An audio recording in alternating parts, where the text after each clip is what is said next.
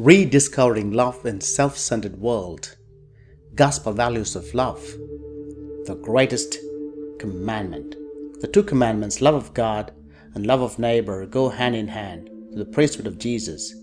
We are brought into communion with God, who is love. Welcome to Homily, 31st Sunday in Ordinary Time. The readings for this Sunday comes from Deuteronomy chapter 6, Hebrews chapter 7, and Mark chapter 12. Moses speaks to the Israelites, encouraging them to live by God's commandments as they prepare to enter the promised land. Moses reminds them to fear the Lord and to keep all his statutes for generations to come. Loving God with all our heart and soul and might means more than just a feeling. It's a lifelong commitment that requires a daily action. For our own reflection, do I prioritize God in my life in every aspect of prayer, work, and relationship? How do I develop habits that deepen my faith, such as prayer, studying scriptures, as love of God shapes every decision? Ask yourself, am I truly putting God at the center of my life? How can I love Him more each day? Jesus as an eternal high priest. In the letter to the Hebrews, Jesus is portrayed as the ultimate high priest whose priesthood is eternal and perfect. He stands forever as an intercessor, bridging the gap between us and God. Trusting in Jesus' loving intercession in times of struggle, knowing that He is always advocating for us, is a great consolation. When we feel weak or lost, may we rely on Christ as a guide and source of strength. Reflection. Think of how Jesus continuously intercedes for us. Do we take our struggles to Him in prayer, trusting His constant care and love? The greatest commandment, love for God and neighbor. A scribe asked Jesus, which commandment is the greatest? And Jesus unites two commandments as love for God and love for neighbor. The dual commandment reflects the heart of the entire law. Jesus teaches us that our love for God should be reflected in our love for others. True discipleship is not just about loving God in isolation, but living that love out through compassion, kindness, and service to those around us. How do we practice love in action? It's each day, seeking opportunities to be of service to others, especially those in need, for those who may challenge us.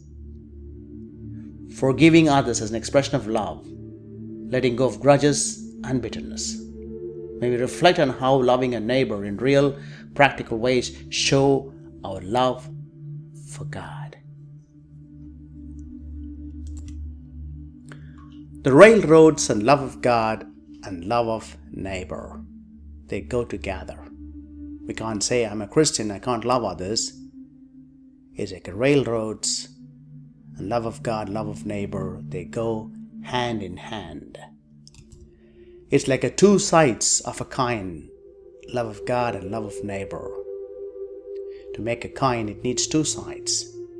To make a Christian living as a part of discipleship, we need two sides of love God and loving neighbor. It's a unity and the balance of love for God and love for neighbor.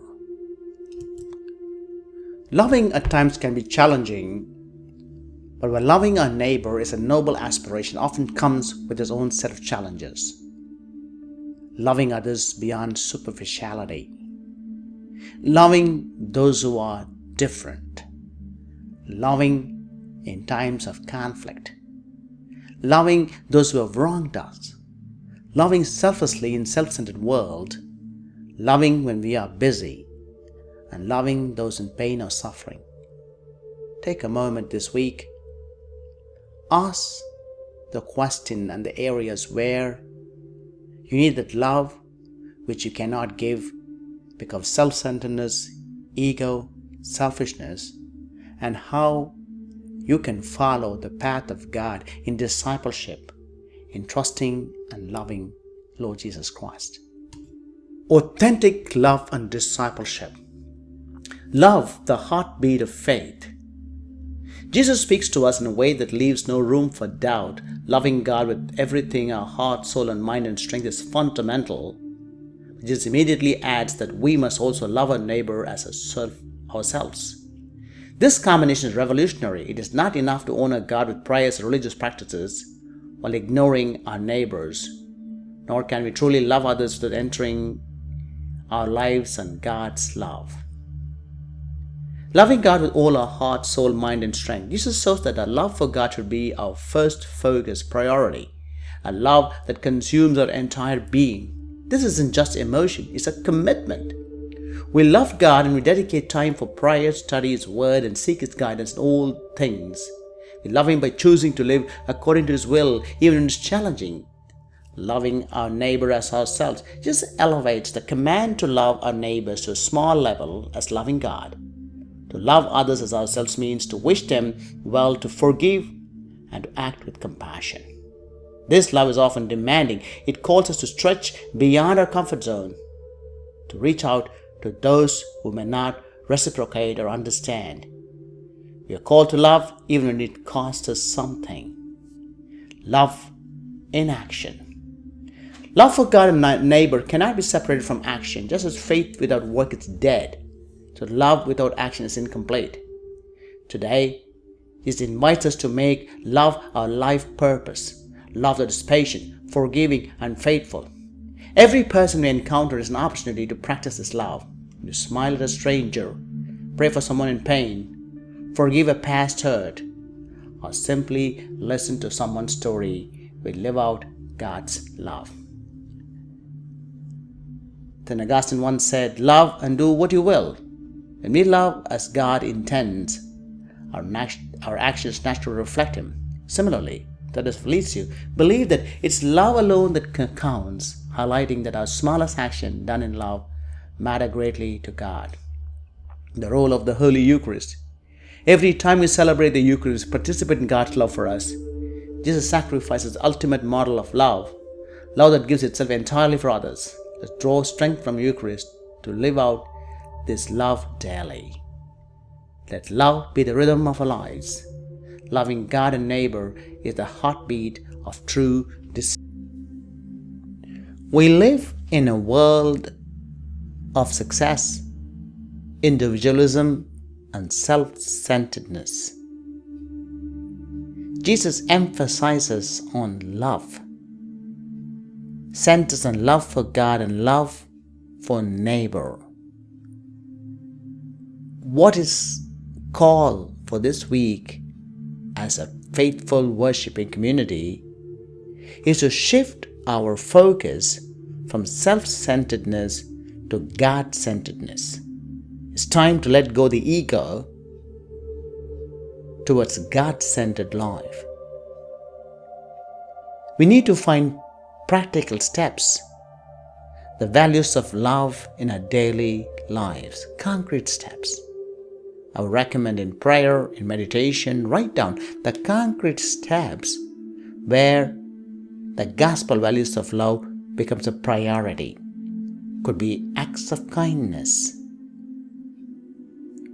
holding the door for someone, volunteering, smiling at a person, small things. Maybe behaving good at the parking lot, cultivating empathy. Importance of understanding and feelings and perspective of others. Very many times, as I said, we are self-centered. It's all about me. To going beyond oneself, to feel, to understand the perspective of others, and to practice empathy in everyday interaction. Fostering community engagement, participating in the local community events, charity work, local community development programs where you give your time, resources in building the local community. Value building connections with your neighbors.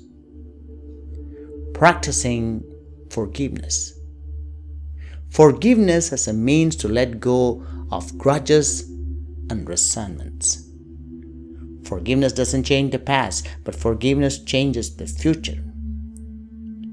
Need to have strategies to forgiving others and oneself. Listening actively. Active listening to others in conversation to foster deeper connections in relationship. And reevaluate the priorities. The priorities, success at the expense of relationship and personal well-being, or my success is driven by God-centric life. Reevaluating the life goals and priorities to live the gospel values of love. Cultivating a gratitude practice. A practice of expressing gratitude daily. Attitude of gratitude. Focusing on the positive aspects of life. Choosing love over self-centeredness and selfishness. Make a conscious choice to prioritize love over self-centeredness. It's difficult. It's a tearing of one's ego, but this comes when we prioritize God-centric life. The choice will not only transform one's life, but also to contribute towards more loving and compassionate society. The importance of embracing love as a counterbalance to prevail as self-centered values of the modern world. We need to commit to practical, intentional acts of love in our daily lives. May we seek God's guidance and strength to live out these gospel values of love, express gratitude for the opportunity to make a positive change in the world we live. Let's look at the gospel passage from a different types of love. The highest form of love is the compassionate God's love. What is agape love, divine love? The first part of the greatest commandment, love the Lord your God with all your heart, soul and mind, is an expression of divine, selfless, unconditional love. Love signifies a deep, reverent, unwavering devotion to God, acknowledging Him as the source of all love and goodness. We cannot change God, but we can change ourselves. Unfortunately, today, many Christians are angry with God because they are angry with themselves. The one way to love God is to love yourself, because God is unconditional. Filial love, or a brotherly love. The second part of commandment, love your neighbors yourself, can be associated with filial love, which is love between friends and community. It encourages us to extend our love and compassion to those around us, treating them as we would want them to be treated, and fostering a sense of unity and friendship. Eros love, or romantic love. While not explicitly mentioned in this passage, Eros love, which is romantic or passionate love, can be seen as a reflection of the love we may have for God and our neighbors. It reminds us that love is not solely a duty, but also a source of passion and desire in our lives. Today, unfortunately, this love is so much portrayed in the social media, in the world. Storge love, a familial love. Storge love represents the love within families, including love between parents and children, siblings, relatives. It reminds us that love starts at home, that our families are the first place where we learn to love and care for others. Self-love. Love, which refers to self-love, can be seen as the foundation of ability to love others. It implies to love our neighbor as ourselves. We must first have a healthy self-love that nurtures our ability to love and care for others. Compassionate love. The overarching theme in this passage calls for compassionate love. Compassionate love combines elements of agape, philia, storge love to emphasize a selfless caring and empathetic love that extends to both God and the neighbors. Love is multifaceted and dynamic. It involves a relationship with God, a relationship with those around us, and the various dimensions of love that shape our lives. It encourages us to integrate these different forms of love into daily actions and decisions, prioritizing love as the guiding principles of faith and relationship with others. Love God and love people. Let's see what different saints of the church say about divine love. It's not how much we do, but how much love we put in the doing. It's not how much we give, but how much love we put in the giving, says Mother Teresa.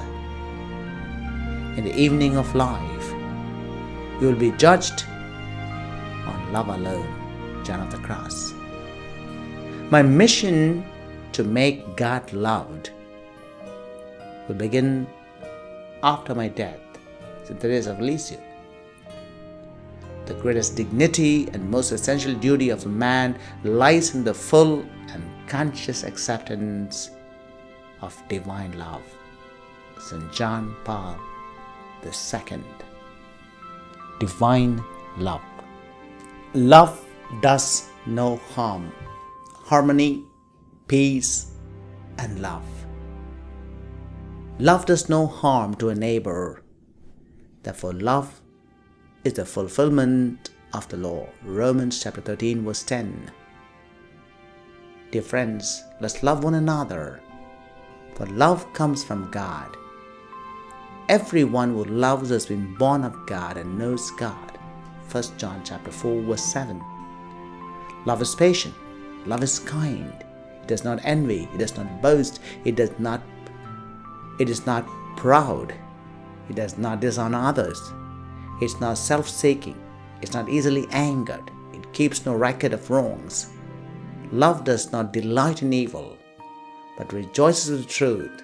It always protects, always trusts, always hopes, and always perseveres. A new command I give you, love one another. As I loved you, so you must love one another. John 13:34. Mary, Mother of Love, we turn to you today with hearts full of gratitude.